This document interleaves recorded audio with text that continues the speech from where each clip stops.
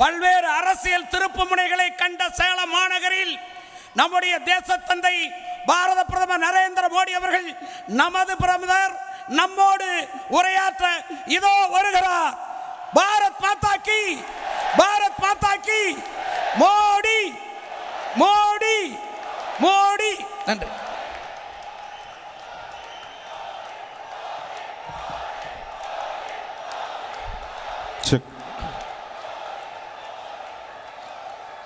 भारत माता की, भारत माता की, भारत माता की. भारत अन्नै வாழ்க, பாரத அன்னை வாழ்க, भारत अन्नै வாழ்க. எல்லாரும் சொல்லுங்க.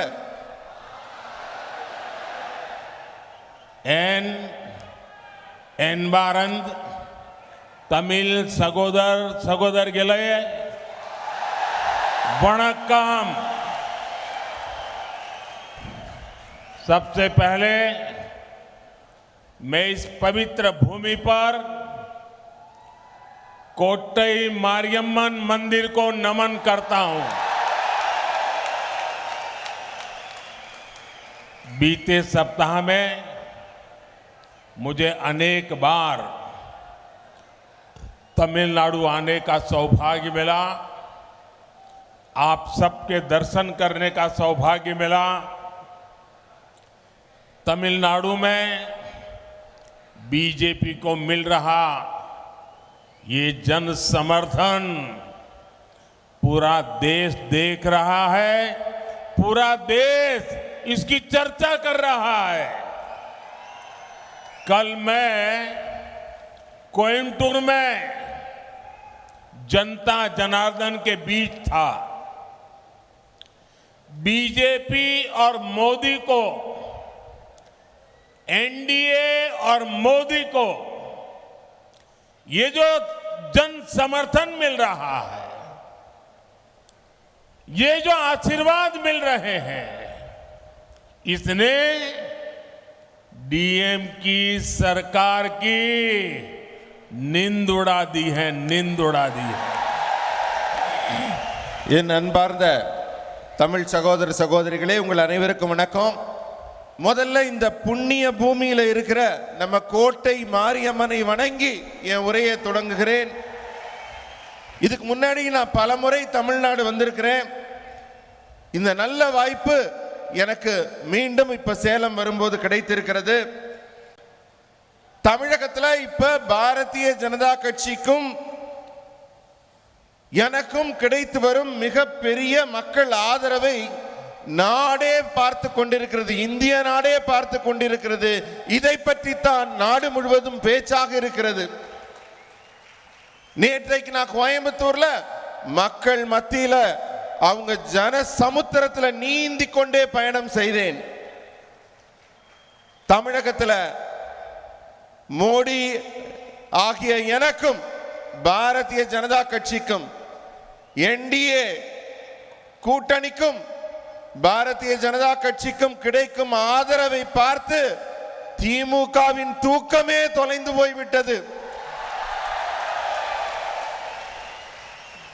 अब तमिलनाडु ये डिसाइड कर चुका है कि 19 अप्रैल को एक एक वोट बीजेपी को जाएगा, एनडीए को जाएगा. अब तमिलनाडु ये डिसाइड कर चुका है अब की बार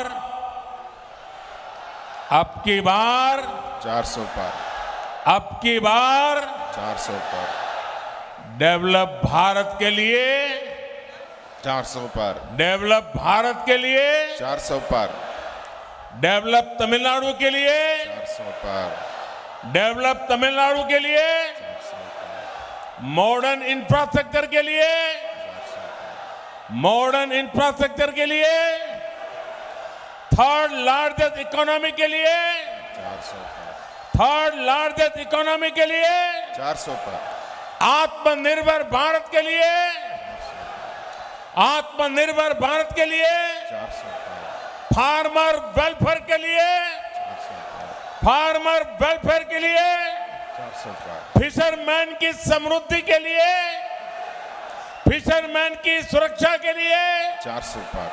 अब की बार इम्मुरई नानोरुक्को मेल जुनून नांगो नानोरुक्को मेल। நண்பர்களே, தமிழ்நாடு மக்கள் ஒரு முடிவு செஞ்சிட்டாங்க. இந்த முறை ஏப்ரல் 19 அன்று விழுகிற ஒவ்வொரு ஓட்டும் பாரதிய ஜனதா கட்சிக்கும் என்டிஏ கூட்டணி கட்சிக்கும் என்று மக்கள் உறுதியாக முடிவு செய்து விட்டார்கள். தமிழகத்தின் இந்த உறுதியான முடிவினால் ஆட்சியில் மீண்டும் வேண்டும், மோடி வேண்டும் என்ற முடிவு செய்திருப்பதால் வெற்றியின் எண்ணிக்கை 400-ஐ தாண்டும். வளர்ச்சியடைந்த இந்தியாவிற்கு 400-ஐ தாண்ட வேண்டும்.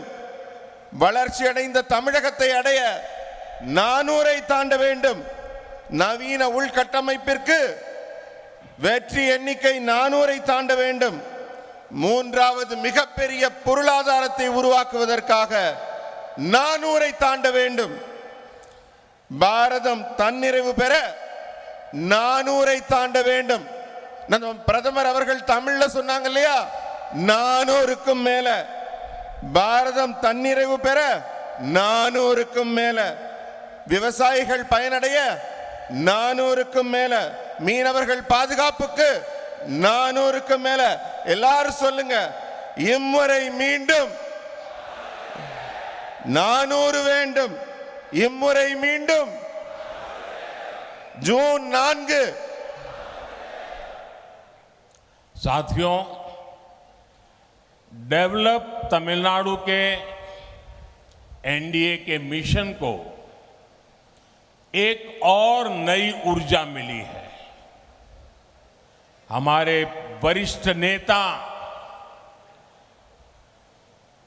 और मेरा व्यक्तिगत संबंध भी जिनके साथ ज्यादा है, साहब पीएम ने भी एनडीए के नेतृत्व में तमिलनाडु का भाग्य बदलने की घोषणा की है। अय्या डॉक्टर रामदास जी का अनुभव और डॉक्टर अंबुमणि रामदास का टैलेंट, उनका परिश्रम तमिलनाडु के डेवलपमेंट को नई ऊंचाई देने में मदद करेगा। मैं एनडीए में शामिल होने पर उनका स्वागत करता हूं, अभिनंदन करता हूं। நண்பர்களே, நம்ம என்டிஏ கூட்டணி இப்ப மிகவும் வலுவான கூட்டணியாக உருவாகி இருக்கிறது. நேற்று நமது பாட்டாளி மக்கள் கட்சியின் தலைவர்கள் நம்ம என்டிஏ கூட்டணியில் இணைய சம்மதித்துள்ளனர். ஐயா டாக்டர் திரு ராமதாஸ் அவர்களும் திரு டாக்டர் அன்புமணி ராமதாஸ் அவர்களும் அவர்களுடைய திறமை, அவர்களுடைய ஆற்றல், அவர்களுடைய தொலைநோக்கு இவற்றையெல்லாம் கொண்டு தமிழகத்தை ஒரு புதிய உயரத்திற்கு, புதிய முன்னேற்றத்திற்கு கொண்டு செல்ல ஒரு உத்வேகமே நமக்கு கிடைத்திருக்கிறது. என்டிஏ கூட்டணியில் இணைத்துக் கொண்டுள்ள பாட்டாளி மக்கள் கட்சியின் தலைவர்களையும் தொண்டர்களையும் நான் வருக வருக என்று வரவேற்கிறேன். साथियों, सेलम में कई बार आया हूं और आज जब सेलम आया हूं तो बहुत सी पुरानी यादें भी ताजा हो गई है। 40-45 साल पहले जब मैं कैलाश मानसरोवर की यात्रा पर गया था तो यहां सेलम का एक नौजवान रत्नावेल मेरे साथ, मेरे ग्रुप में था। रत्नावेल मुझे थोड़ी बहुत तमिल सिखाने का भी प्रयास करता था और उससे मुझे सेलम के विषय में, तमिलनाडु के विषय में बहुत कुछ जानने को मिलता था और मेरे मन में तब से सेलम के प्रति एक आकर्षण रहा। रत्नावेल जी का वहां से कैलाश मानसरोवर यात्रा करने के बाद उन्होंने आकर के यहाँ एक रेस्टोरेंट चालू किया था, लेकिन दुर्भाग्य से वो अकस्मात में उनकी मृत्यु हो गई। बहुत छोटी आयु में मेरा वो दोस्त चला गया, अब वो हमारे बीच नहीं है। काफी समय पहले उनका हादसे में देहांत हो गया था। நண்பர்களே, நான் பலமுறை சேலத்துக்கு வந்திருக்கேன். இந்த முறை சேலம் வரும்போது எனக்கு என்னுடைய பழைய ஞாபகங்கள் எல்லாம் சேர்ந்து வருகிறது. இன்னைக்கு ஒரு 40-50 வருஷம் முன்னாடி நான் கைலாஸ் மானசரோவர் யாத்திரை செல்லும்போது என்னுடைய கூட ஒரு பெரிய குழு வந்திருந்தாங்க. அந்த குழுவில் ஒரு இளைஞர் இருந்தார், இந்த ஊரை சேர்ந்தவர், ரத்னவேல் என்பது அவருடைய பெயர். எனக்கு அவர் ஞாபகம் வருது சேலம் வந்தோன்னு. அவர் என் கூட வரும்போது சேலத்தோட பெருமைகள், இந்த ஊரை பற்றின நல்ல நல்ல விஷயங்கள் எல்லாம் என்கிட்ட சொல்லிக்கிட்டே வந்தார். சேலத்தோட பல செய்திகள் சொன்னாங்க. அதை கேட்டதுலேருந்து எனக்கு சேலத்தின் மீது ஒரு மிகப்பெரிய ஒரு ஈர்ப்பே உருவாகிடுச்சு. அவர் அங்கே திரும்பி வந்து இங்கே ஒரு உணவகத்தை வைத்து நடத்தி கொண்டிருந்தார். துரதிருஷ்டவசமாக இப்போது அவர் நம்மிடையே இல்லை. ஒரு விபத்தில் அவர் தன் உயிரை இழந்து விட்டார். அவருடைய நினைவு எனக்கு இங்கு சேலம் மண்ணில் கால் பதித்ததும் வந்து கொண்டிருக்கிறது. यहां सेलम में मेरी बहुत आत्मीयता के.एन. लक्ष्मणन जी से भी थी। लक्ष्मणन जी ने यहां तमिलनाडु में बीजेपी के विस्तार में बहुत बड़ी भूमिका निभाई थी। इमरजेंसी के दौरान भी उन्होंने बहुत बड़ा संघर्ष किया था। उन्होंने बहुत सारे स्कूल भी शुरू करवाए थे। आज सेलम आया हूं तो स्वाभाविक रूप से ऑडिटर रमेश की याद आना भी बहुत स्वाभाविक है।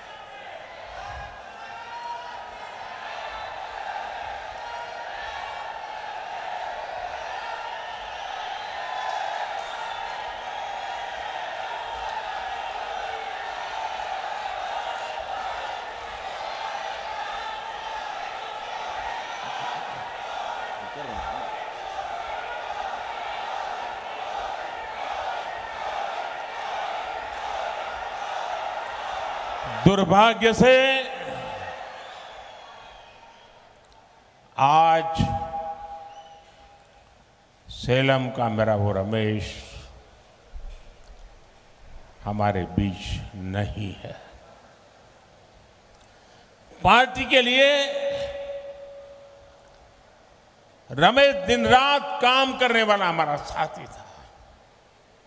वो अच्छे प्रवक्ता थे, लेकिन उनकी हत्या कर दी गई थी। मैं उन्हें आज अपनी श्रद्धांजलि अर्पित करता हूं। இங்க சேலத்தில் நான் கால் பதிச்சோன்னே என்னுடைய நெருங்கிய நினைவுகள், நண்பர்கள், இவங்களை பற்றியெல்லாம் யோசிக்கும்போது திரு கே.என். லக்ஷ்மணன் ஐயா அவர்களை நான் நினைவு கூறுகிறேன். தமிழகத்தில் பாரதிய ஜனதா கட்சி காலூன்றுவதற்காக தொடக்க காலத்தில் பாடுபட்ட மிக அற்புதமான மனிதர். எமர்ஜென்சி காலத்தில் கூட அவர் பல தடைகளை மீறி கட்சியை வளர்க்க பாடுபட்டவர், பல பள்ளிகளை நடத்தியவர். இப்படியே என் நினைவலைகள் சுழலும் போது இன்றைக்கு நான் சேலத்தில் கால் பதிச்சதும் எனக்கு அதிகமாக என் நினைவை உறுத்திய ஒரு செய்தி, எனக்கு எண்ணம், திரு சேலம் ஆடிட்டர் ரமேஷ் அவர்களின் நினைவு. நான் தழுதழுக்க நம்ம பிரதமர் அவர்கள் பேசியது, கட்சிக்காக தன் உயிரையே தியாகம் செய்து உழைத்த அந்த மாபெரும் மனிதரை நினைவு கூர்ந்து, ரமேஷ் அவர்கள் உயிரை கொடுத்து உழைத்தவர், கட்சிக்காக உயிரை கொடுத்தவரை கொலை செய்து விட்டார்கள் சமூக துரோகிகள். அந்த நேர்மையாளரை இந்த மண்ணிலே நினைத்து நான் அஞ்சலி செலுத்துகிறேன், இதயபூர்வமான அஞ்சலி செலுத்துகிறேன். அனைவரும் எழுந்து நின்று கட்சிக்காக உயிர் நீத்த அந்த மாபெரும் மனிதர் ஆடிட்டர் ரமேஷ் அவர்களை நினைவு கூர்ந்து அவர் பெயரை சொல்கிறேன், வாழ்க என்று உரத்த குரலில் கூறுங்கள்.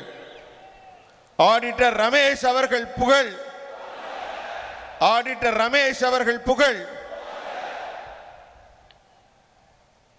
साथियों,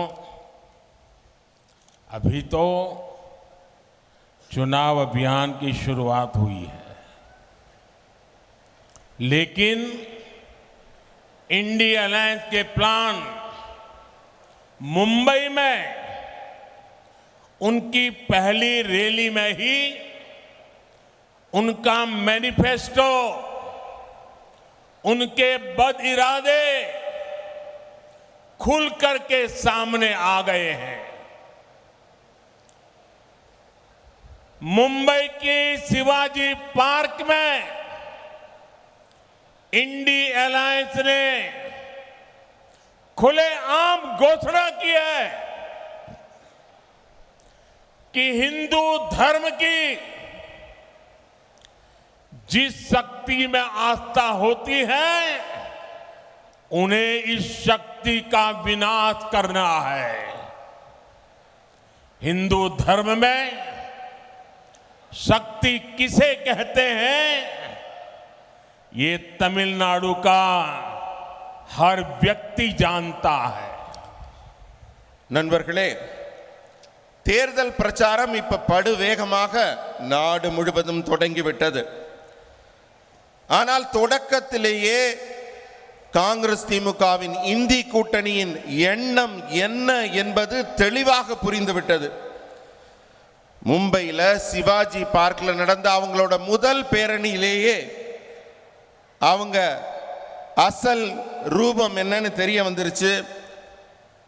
இந்து மதத்தின் மீது நம்பிக்கை வைத்திருக்கும் நமக்கெல்லாம் அதன் சக்தி என்ன என்று தெரியும். அதை அழிப்பது ஒன்றே தனது நோக்கம் என்று அவர்கள் தொடங்கி இருக்கிறார்கள் தங்கள் பிரச்சாரத்தை. இந்து மதத்தில் சக்தி என்பது என்ன, சக்தியை நம்ம எப்படி வழிபடுறோம் என்பதை தமிழ்நாட்டு மக்களுக்கு நான் சொல்லி தெரிய வேண்டியதில்லை, உங்க ஒவ்வொருத்தருக்கும் ரொம்ப நன்றாக தெரியும். यहां कोट्टई मारियम्मन मंदिर के ऊपर ठीक सामने लिखा है ओम शक्ति। मां मारी अम्मन यहां की शक्ति है। तमिलनाडु में शक्ति कांची कामाक्षी है, यहां शक्ति मदुरई मीनाक्षी है, यहां कन्याकुमारी शक्ति पीठ है, यहां की शक्ति समयपुरम मारियम्मन है। हिंदू धर्म में शक्ति का मतलब होता है मातृशक्ति, नारी शक्ति। कांग्रेस और डीएमके का इंडिया अलायंस कह रहा है कि वो इसका विनाश करेंगे। நண்பர்களே, இங்க இருக்க கோட்டை மாரியம்மன் கோவில்ல கொட்டை எழுத்துல அந்த வாசகம் எழுதப்பட்டிருக்கு. கோவில்ல என்னென்று ஓம் சக்தி என்று எழுதி இருக்கிறது. அன்னை மாரியம்மனை நாம் இங்கு சக்தியின் வடிவமாக வழிபடுகிறோம். தமிழ்நாட்டில் காஞ்சி காமாட்சி என்று ஒரு சக்தி பீடம், அதன் வழிபாடும் இருக்கிறது. இங்கே மதுரை மீனாட்சி அம்மன் சக்தியின் வடிவமாக கொண்டாடப்படுகிறார். கன்னியாகுமரியிலே ஒரு சக்தி வழிபாட்டுக்குரியவராக தெய்வத்தின் வடிவாக இருக்கிறார். இங்குள்ள சக்தி வாய்ந்த தெய்வம் சமயபுரம் மாரியம்மன் என்று சக்தி மிக்க தெய்வங்கள் எல்லாம் பெண் வடிவில் தமிழகத்தில் சக்தியை வணங்கி, இந்து மதத்தில் சக்தி என்பதற்கு ஒரு மிகப்பெரிய பொருள், மிகப்பெரிய அர்த்தம் இருக்கிறது.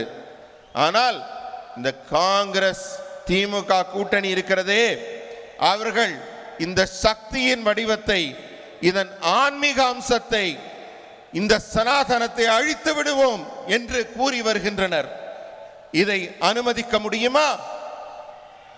साथियों, इंडी अलायंस वाले लोग बार बार जानबूझकर हिंदू धर्म का अपमान करते हैं।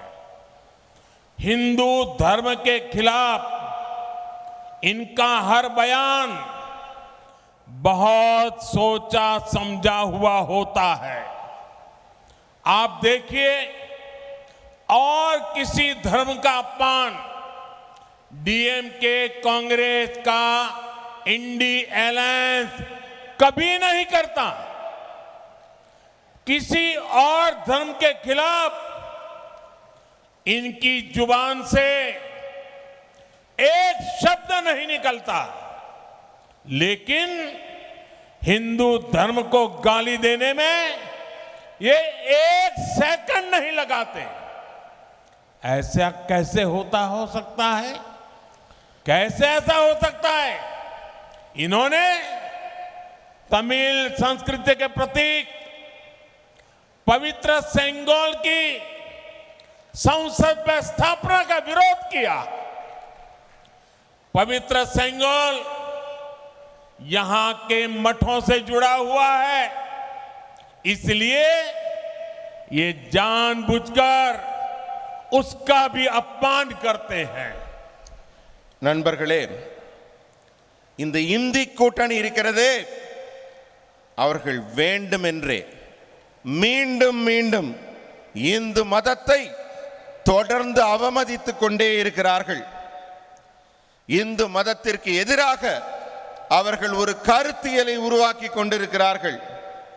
அந்த ஒவ்வொரு கருத்தும் ரொம்ப ஆழமா யோசிச்சு திட்டமிட்டு உருவாக்கப்பட்டவை. இந்த திமுக காங்கிரஸ் இந்தி கூட்டணி எந்த வேகத்தில் இந்து மதத்தை தாக்குகிறதோ, எதிர்க்கிறதோ, ஆனால் வேறு எந்த மாற்று மதத்தையும் அவர்கள் தொடுவதே இல்லை. வேறு எந்த மதத்திற்கு எதிராகவும் அவர்கள் ஒரு சொல்லை கூட பேசுவதில்லை. ஆனா எப்பப்பெல்லாம் இந்து மதத்தை அவமதிக்க அவங்களுக்கு வாய்ப்பு கிடைக்குதோ, அப்பப்பெல்லாம் ஒரு வினாடி கூட வீணாக்காம இந்து மதத்தை தொடர்ந்து அவமதித்துக் கொண்டிருக்கிறார்கள். இதை எப்படி நம்மளால சகிச்சுக்க முடியும்? இதை எப்படி நம்மளால அனுமதிக்க முடியும்? தமிழ்நாட்டின் கலாச்சாரமான செங்கோலை நாடாளுமன்றத்தில் நிறுவுவதற்கு இந்தி கூட்டணி எதிர்ப்பு தெரிவிக்குது. காரணம் என்ன? புனிதமான செங்கோல் இங்க இருக்கிற சைவ ஆகம ஆதீன மடங்களுக்கு சொந்தமானது. அவர்களுடைய ஆன்மீக ஆசி பெற்ற அந்த செங்கோலை நாடாளுமன்றத்தில் நடவு செய்யக்கூடாது, காட்சிப்படுத்தக்கூடாதுன்னு அதை எதிர்த்தார்கள். செங்கோலை அவமதித்தவர்கள் இந்த இந்து கூட்டணியினர். साथियों, हमारे शास्त्र साक्षी है कि विनाश उनका होता है जो शक्ति को खत्म करने का विचार रखते हैं। ऐसे खतरनाक आइडियाज को हराने की शुरुआत 19 अप्रैल को सबसे पहले मेरा तमिलनाडु करेगा। तमिलनाडु सुब्रमण्य भारती जैसे महान व्यक्तित्व की धरती है। सुब्रमण्य भारती ने अपनी कविताओं में शक्ति स्वरूप में भारत मां की उपासना की थी। उन्होंने देश की नारी शक्ति की उपासना की थी। उसी शक्ति का उपासक ये आपका सेवक मोदी भी है। इसलिए शक्ति का विनाश करने की इच्छा रखने वालों को तमिलनाडु सजा देकर रहेगा और ये तमिलनाडु के कोटि कोटि जनों की गारंटी है। நண்பர்களே, இந்த இந்து தர்மத்தில் வழிபாட்டுக்குரிய இந்த சக்தியின் தன்மையை அழிக்க நினைப்பவர்களுக்கு நான் சொல்லிக் கொள்கிறேன், இதை அழிக்கணும்னு நினைக்கிறவங்க தான் அழிஞ்சு போனதுக்கான ஏராளமான அடையாளங்கள் நம்ம சாஸ்திரங்கள்ல இருக்கு. ஏப்ரல் 19ஆம் தேதி தமிழகத்திலிருந்து தான் இந்த அழிவு அவர்களுக்கு தொடங்க போகுது. முதல் கட்டமா நீங்க தான் வாக்களிக்க போறீங்க. நம்ம சுப்பிரமணிய பாரதி அவர்கள் சக்தியை பெண் வடிவிலே சக்தியை வழிபட்டவர். சக்தியை பெண் வடிவிலே பாரத அன்னை என்று போற்றியவர். அவர் நாட்டின் பெண் சக்தியை வணங்கினார். நான் சுப்பிரமணிய பாரதியார் வழியில நானும் ஒரு சக்தி உபாசகன், மோடி ஆகிய நானும் ஒரு சக்தி உபாசகன். எனவே சக்தியின் அடையாளத்தை யார் யாரெல்லாம் அழிக்கணும்னு நினைக்கிறாங்களோ அவர்களை வரும் ஏப்ரல் 19 தமிழகம் மிக கடுமையாக தண்டிக்கும். இந்த உத்தரவாதத்தை தமிழகம் தருகிறது. साथियों, आपका ये सेवक मोदी देश की नारी शक्ति की हर परेशानी के आगे ढाल बनकर खड़ा है। महिलाओं को स्मोक फ्री लाइफ देने के लिए हमने उज्ज्वला एलपीजी गैस कनेक्शन दिए। हमने फ्री मेडिकल ट्रीटमेंट के लिए आयुष्मान योजना शुरू की। इन सभी योजनाओं के केंद्र में नारी शक्ति ही है। जब तमिलनाडु में 3,65,00,000 लोगों को फ्री राशन मिलता है तो तमिलनाडु की मेरी सिस्टर्स की चिंता कम होती है। जल जीवन मिशन के जरिए मोदी तमिलनाडु के सभी घरों तक क्लीन ड्रिंकिंग वाटर पहुंचाने में जुटा है। इससे तमिलनाडु की मेरी सिस्टर्स को पानी लाने की मुसीबत से मुक्ति मिल रही है। तमिलनाडु में मुद्रा योजना के तहत जो हजारों करोड़ रुपए का लोन दिया गया है उसकी ज्यादातर लाभार्थी ये मेरी बहनें हैं, हमारी बेटियां हैं। इसलिए आज नारी शक्ति मोदी के साथ उसका सुरक्षा कवच बन करके खड़ी है। अगले 5 वर्षों में तमिलनाडु की मेरी बहनों, माताओं, बेटियों को तक ये सुविधाएं और भी बड़े स्केल में पहुंचेगी। इध मोदी इन गारंटी। நண்பர்களே, நாட்டில் பெண் சக்தியின் ஒவ்வொரு பிரச்சனைகளுக்கும் நம்ம நாட்டில் பெண்களுக்கு பல்வேறு விதமான பிரச்சனைகள் இருக்கு. அந்த பிரச்சனைகள்லாம் தீர்க்கும் விதமாக நான் அவர்களுக்கு ஒரு பாதுகாப்பு கேடயம் போல இருந்து அவர்களுக்கு பணி செய்கிறேன். உதாரணத்துக்கு சமையலறை புகையில கஷ்டப்பட்ட பெண்களுக்கு அதிலிருந்து விடுதலை கிடைக்கும்படி உஜ்வாலா கேஸ் இணைப்புகள் வழங்கினோம். இலவச சிகிச்சைக்காக ஆயுஷ்மான் திட்டத்தை தொடங்கினோம். இது போன்ற திட்டங்கள் எல்லாம் பெண்களுக்கு நலம் தரும், பெண்களுக்கு பயன் தரும். அந்த அடிப்படை எண்ணம் அதுதான் மைய சக்தியாக இருந்திருக்கிறது. தமிழ்நாட்டில் 3,65,00,000 பேருக்கு இலவசமாக ரேஷன் கிடைக்கும் போது என்னுடைய தமிழ்நாட்டின் தாய்மார்களும் சகோதரிகளும் எவ்வளவு நிம்மதியா இருந்திருப்பாங்க. ஜல் ஜீவன் திட்டத்தில் அனைவருக்கும் வீட்டை தேடி குடிநீர் வருது.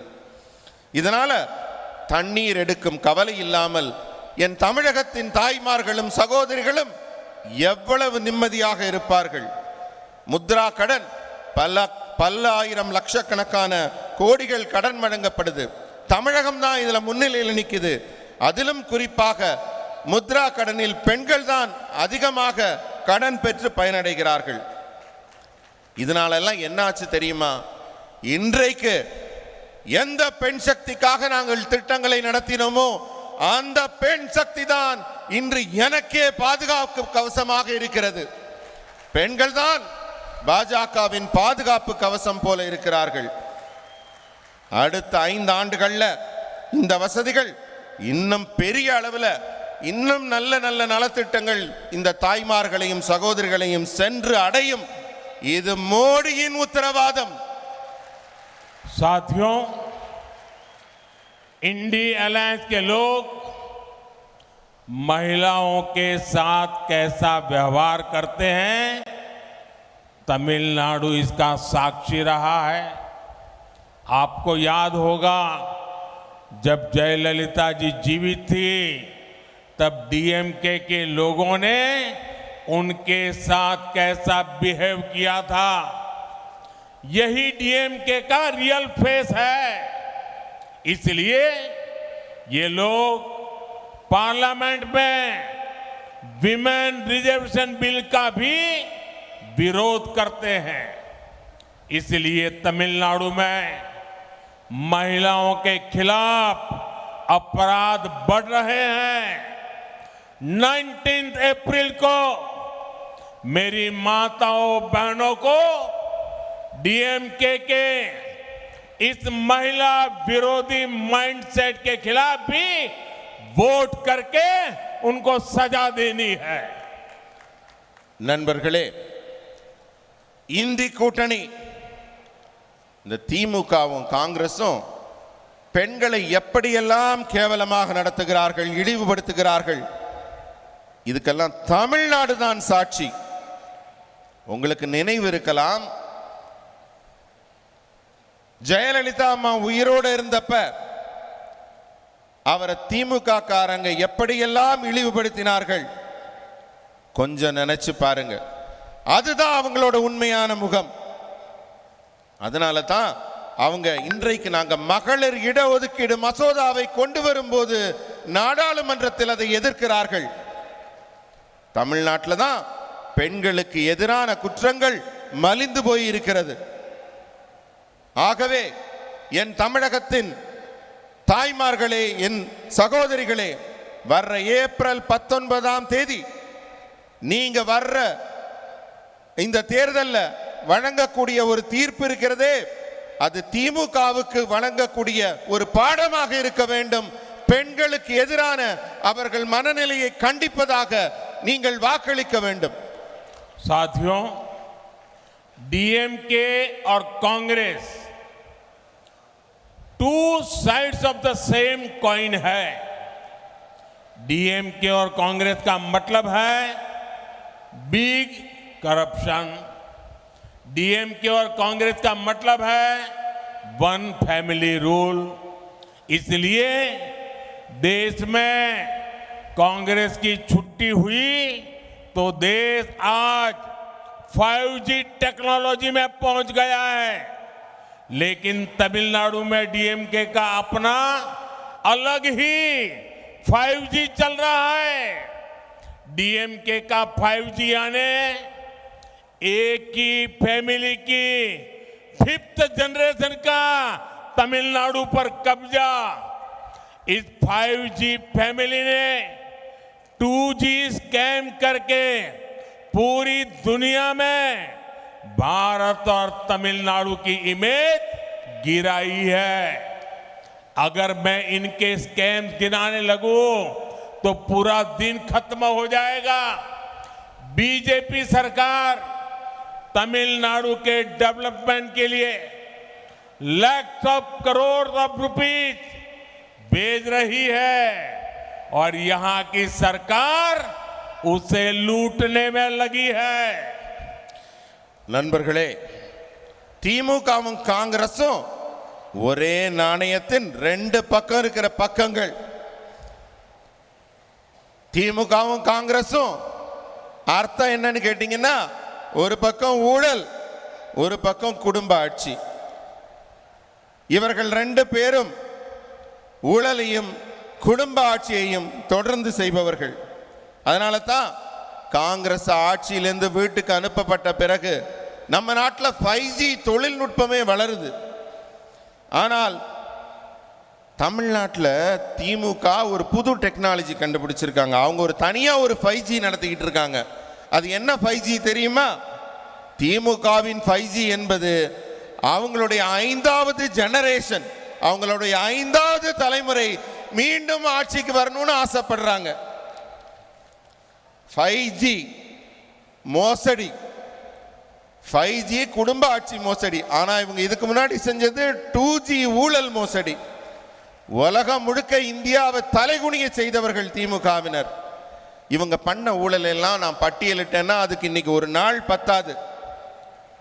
உங்களுக்கு சுருக்கமா சொல்றேனே, தமிழகத்தின் வளர்ச்சிக்காக பல லட்சம் கோடி ரூபாய்களை தமிழகத்திற்கு அனுப்புவதில் மிக ஆர்வமாக இருக்கிறது பாரதிய ஜனதா கட்சி அரசு. ஆனா இங்க இருக்க அரசு அந்த பணத்துல எப்படியெல்லாம் கொள்ளையடிக்கலாம் என்பதிலேயே குறியாக இருக்கிறது. साथियों, आज इस स्टेज से मैं पीपल्स लीडर मक्कड़ तलेवर अय्या जी.के. मुपनार जी को भी याद करना चाहता हूं। मुपनार जी जैसे स्टॉलवर्ड नेता नेशनल पॉलिटिक्स में बहुत आगे तक जा सकते थे, लेकिन डायनेस्टिक पार्टी ने उन्हें आगे नहीं बढ़ने दिया। वो प्राइम मिनिस्टर भी बन सकते थे, लेकिन डायनेस्टिक पार्टी ने ये भी नहीं होने दिया। இந்த மேடையில் மக்கள் தலைவர் திரு ஜி.கே. மூப்பனார் ஐயாவை நான் நினைவு கூறுகிறேன். எத்தனை பெரிய தலைவர் அவர்! தேசிய அரசியலில் மிகப்பெரிய உயரங்களை தொடக்கூடியவராக இருந்தார். அவர் மட்டும் மனது வைத்திருந்தால் பாரத திருநாட்டின் பிரதமர் என்ற அந்தஸ்தை பெற்றிருக்கக்கூடியவர். ஆனா அவரை அந்த காங்கிரஸ் குடும்ப ஆட்சி வளரவிட்டதா? அவருக்கு எதிரான எல்லா வேலைகளையும் செய்து ஒரு தமிழராகிய அவரை வளரவிடாமல் செய்ததுதான் காங்கிரஸ் கட்சியின் குணம். साथियों, तमिलनाडु वो धरती है जिसने हमें पेरुंदलेवर अय्या के कामराज जैसे ग्रेट लीडर दिए हैं।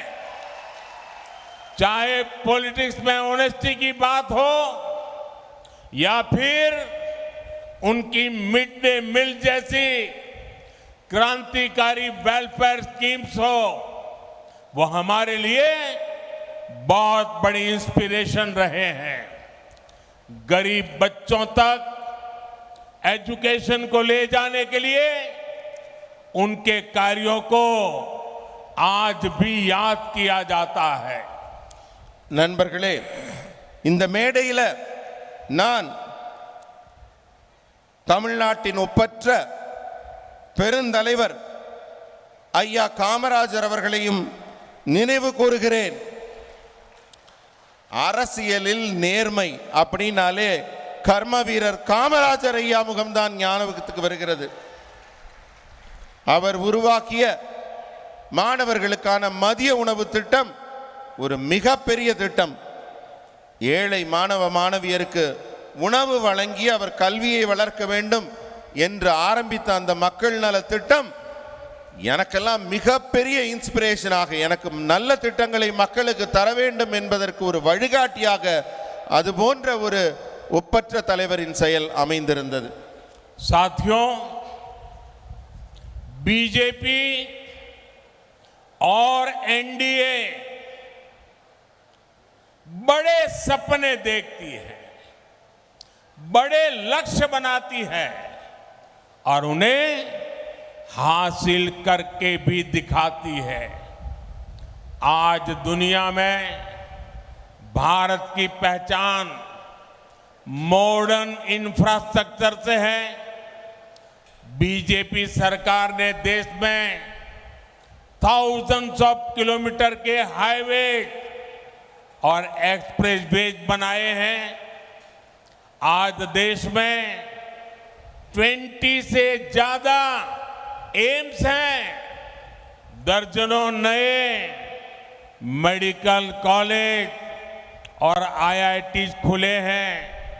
हमारी इंडस्ट्री आत्मनिर्भर भारत के मिशन को आगे बढ़ा रही है। इस विकास का उतना ही लाभ तमिलनाडु को भी मिल रहा है।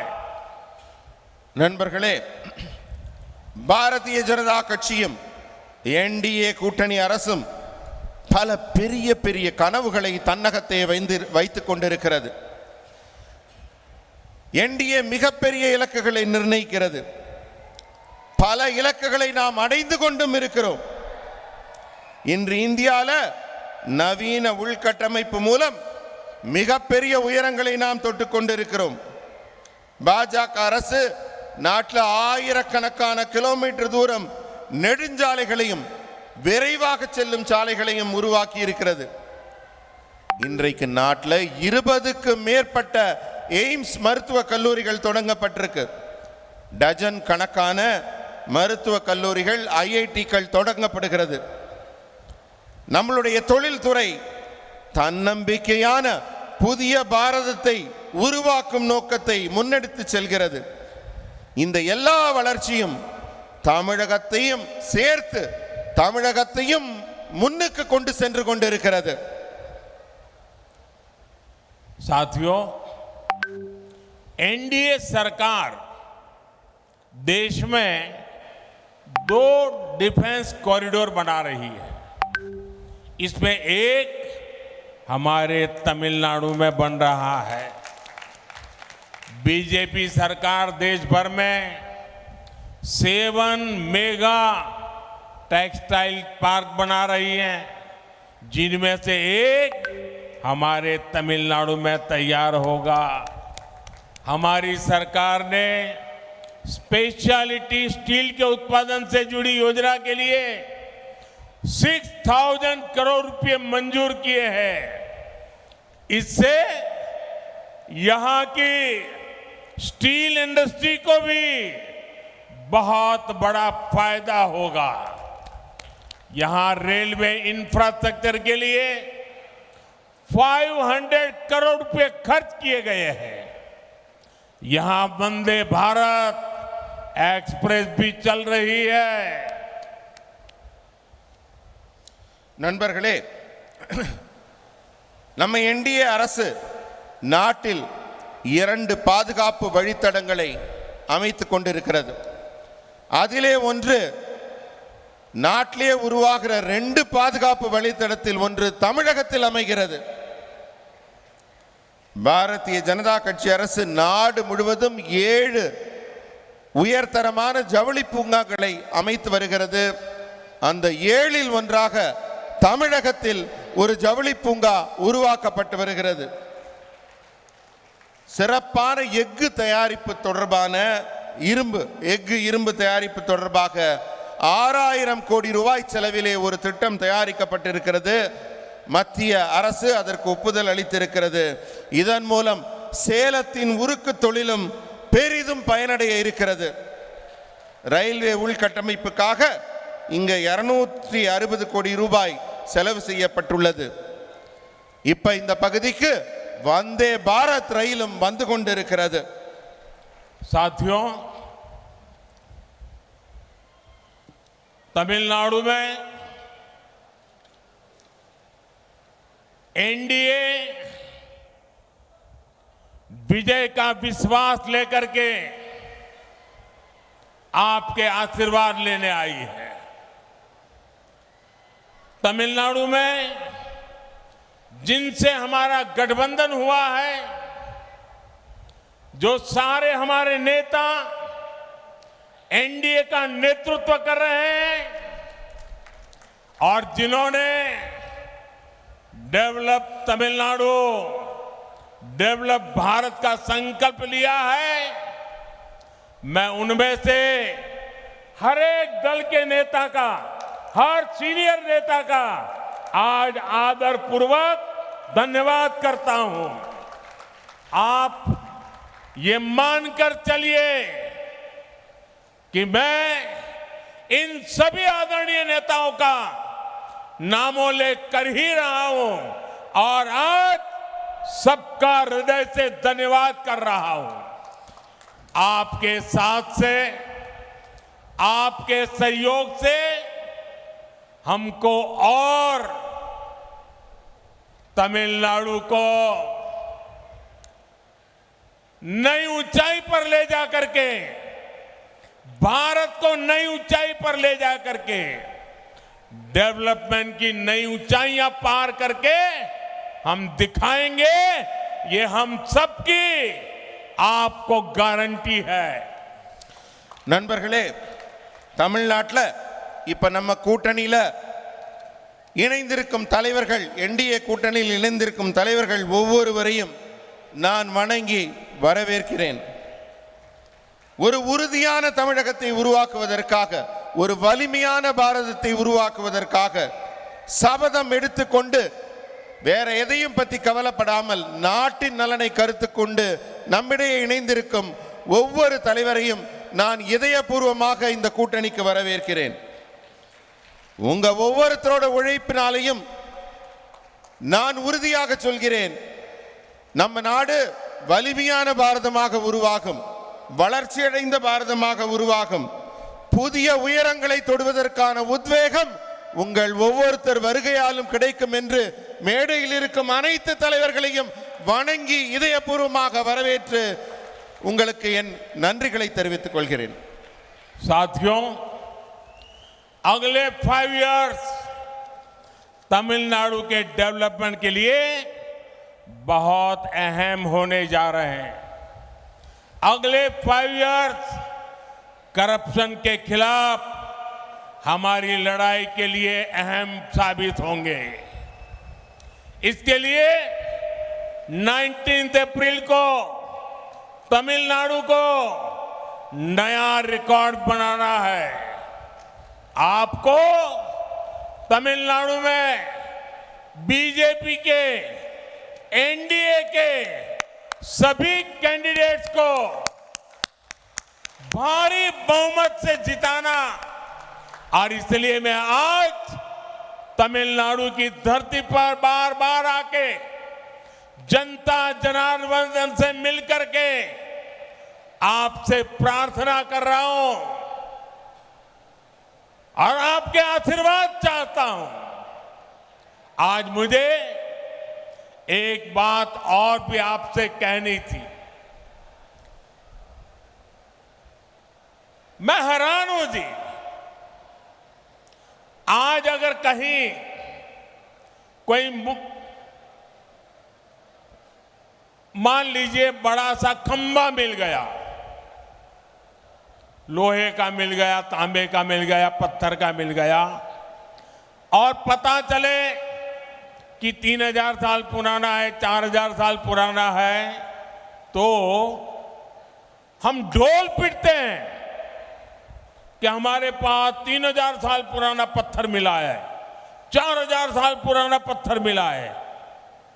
लेकिन मेरा देश का दुर्भाग्य देखिए, आजादी के 75 साल हो गए, दुनिया की सबसे पुरानी भाषा तमिल भाषा हिंदुस्तान की है, लेकिन दुनिया में जाकर के सीना तान करके बोलने का किसी को जरूरी नहीं लगा। इसकी मुझे पीड़ा है। ये मेरे देश का गौरव है, मेरी महान परंपरा का गौरव है। अरे जिस देश के पास दुनिया की सबसे पुरानी भाषा हो, वो देश दुनिया के सामने अपनी महान परंपरा के लिए गौरव से खड़ा हो सकता है। लेकिन इनको इसकी परवाह नहीं थी। मैं ये मिशन लेकर के निकला हूं। मैं दुनिया को बताना चाहता हूं, ये मेरे देश हैं जिसने दुनिया की सबसे पुरानी भाषा का गर्व प्राप्त है, वो मेरी तमिल भाषा है। लेकिन दुर्भाग्य से मैंने थोड़ा बहुत कोशिश तो करता रहता हूं, लेकिन सीख नहीं पाता हूं। और हो सकता है कि 6-8 महीने यहां रह लूं तो सीख लूंगा। लेकिन आपके मेरी ये जो कमी पूरी करने के लिए मैं लगातार दिमाग खपाता रहता हूं। और इन दिनों मुझे टेक्नोलॉजी की मदद मिल गई है, और अभी अन्नामलाई ने विस्तार से इसका वर्णन भी किया। आपसे तमिल भाषा में जुड़ने के लिए मैंने सोशल मीडिया साइट एक्स पर नमो इन तमिल हैंडल शुरू किया है। आप यहां जाकर के अपने मोबाइल फोन पर तमिल भाषा में मेरी स्पीच सुन सकते हैं। लेकिन मैं एक प्रार्थना भी करता हूं, ये 100% करेक्ट नहीं होगी क्योंकि टेक्नोलॉजी है, 5-10% तो कमी होगी। अगर आप मेरी हर भाषण को सुन करके उसमें कहां गलती है, क्या कमी है, ये अगर मुझे बताओगे तो मुझे सुधारने के लिए सुविधा मिलेगी। तो मुझे आपकी इसके लिए मदद चाहिए, और आपके इस आशीर्वाद के लिए मैं एक बार फिर इतनी बड़ी तादाद में आपका आना पूरे देश में चर्चा का विषय रहेगा। मैं फिर एक बार आपका बहुत बहुत आभार व्यक्त करता हूं। நண்பர்களே, அடுத்த 5 ஆண்டுகள் தமிழ்நாட்டின் வளர்ச்சிக்கு மிக முக்கியமான 5 ஆண்டுகள். வரப்போற 5 வருஷம் அது மட்டுமல்ல, ஊழலுக்கு எதிராக நான் மிக கடுமையான நடவடிக்கைகளை எடுக்க போகும் காலம் அது. அதனால நீங்க எல்லாம் ஞாபகம் வச்சுக்கோங்க, வர ஏப்ரல் 19ஆம் தேதி தமிழக மக்கள் ஒரு புதிய சாதனையை தொடங்கி வைக்க வேண்டும். தமிழ்நாட்டில் இருக்கிற பாரதிய ஜனதா கட்சி வேட்பாளர்கள் அத்தனை பேரையும் நீங்கள் வெற்றி பெற செய்ய வேண்டும். உங்ககிட்ட ஒரே ஒரு விஷயத்தை சொல்றேன். நம்ம கிட்ட ஒரு கல்லு கிடைக்குதுன்னு வச்சுக்கோங்க, அது ஒரு 1000 வருஷம் 2000 வருஷம் 3000 வருஷமான கல்லுனா நம்ம பெருமையா சொல்லிக்குவோம், இது என்கிட்ட ஒரு 1000 வருஷம் பழமையான கல்வெட்டு கிடைச்சிருக்கு, 5000 வருஷம் பழமையானது கிடைச்சிருக்குன்னு. ஆனா நம்ம நாட்டில் ஒரு மொழி இருக்கு, அது என்று பிறந்தனள் என்று தெரியாத காலத்திற்கு முந்தைய மூத்த மொழியான தமிழ் மொழி நம்மகிட்ட இருக்கு. அதோட பெருமை யாருக்குமே தெரியல. நான் பெருமைப்படுறேன். உலகத்திலேயே தொன்மையான மொழி என் தமிழ் மொழி, என் நாட்டின் தொன்மையான மொழி என்று நான் நெஞ்சு நிமிர்த்தி உலகம் முழுவதும் சொல்கிறேன். உலகத்திலேயே பழமையான மொழி என் நாட்டின் தமிழ் மொழி. தமிழ் மொழியை, அதன் பெருமையை இத்தனை உணர்ந்தும் உங்ககிட்டலாம் பேச முடியலையே அப்படிங்கிற ஏக்கம் எனக்கு இருக்கு. ஒருவேளை நான் ஒரு 4-5 மாசம் இந்த மாதிரி சேலத்துல வந்து உங்க கூட இருந்தேன்னா ஒருவேளை எனக்கு இந்த பேச்சு வந்துடலாம். ஆனா அதுக்கு வழி இல்லாததுனால நான் டெக்னாலஜியை, தொழில்நுட்பத்தை பயன்படுத்தி தமிழ்ல பேச ஏற்பாடு பண்ணியிருக்கேன். திரு அண்ணாமலை அவர்கள் கொஞ்சம் முன்னாடி உங்களுக்கு விளக்கி சொன்னார்கள். அதனால நீங்க நமோ இன் தமிழ் அப்படிங்கிற ஒரு பிடியில ஒரு எக்ஸ் தளத்தில் நீங்க வந்து பாத்தீங்கன்னா நான் இனிமே தமிழ்ல பேச போறேன் உங்ககிட்ட. நீங்கெல்லாம் கேட்பீங்களா? நீங்க கேட்கறதோட இருக்க கூடாது, கேட்டுட்டு எனக்கு உங்க கருத்தை தெரிவிங்க. உங்க ஒவ்வொரு கருத்தும் எனக்கு முக்கியமானது. அதை கேட்டுட்டு அதை எப்படி செம்மைப்படுத்தலாம், அதில் தவறுகள் என்ன, சிறப்பா என்ன செய்ய முடியுங்கிறத நீங்க எனக்கு தெரிவிச்சீங்கன்னா நான் ரொம்ப மகிழ்ச்சி அடைவேன். அப்பதான் நமக்குள்ள ஒரு கலந்துரையாடல் முழுமையாக நடக்கும். मेरे साथ बोलिए भारत माता की, भारत माता की जय, भारत माता की जय. बहुत बहुत धन्यवाद. நன்றி.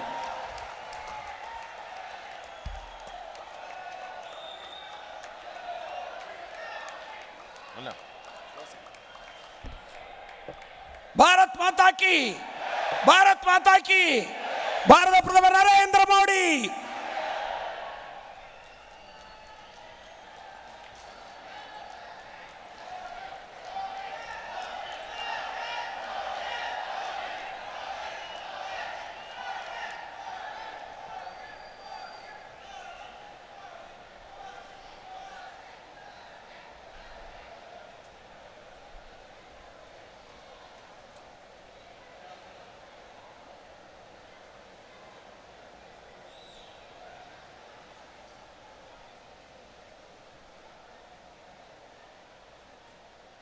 சேலத்தில் பாஜகவின் பிரச்சார கூட்டத்தை முடித்திருக்கிறார் பிரதமர் மோடி. கூட்டணி கட்சி தலைவர்களோடு உரையாடி வருகிறார். திரு டிடிவி தினகரனோடு உரையாடக்கூடிய காட்சிகளை பார்த்தோம். ஓபிஎஸ் அருகே இருந்தார். அதன் பிறகு மற்ற கூட்டணி கட்சி தலைவர்களோடு உரையாடி கொண்டிருக்கிறார்.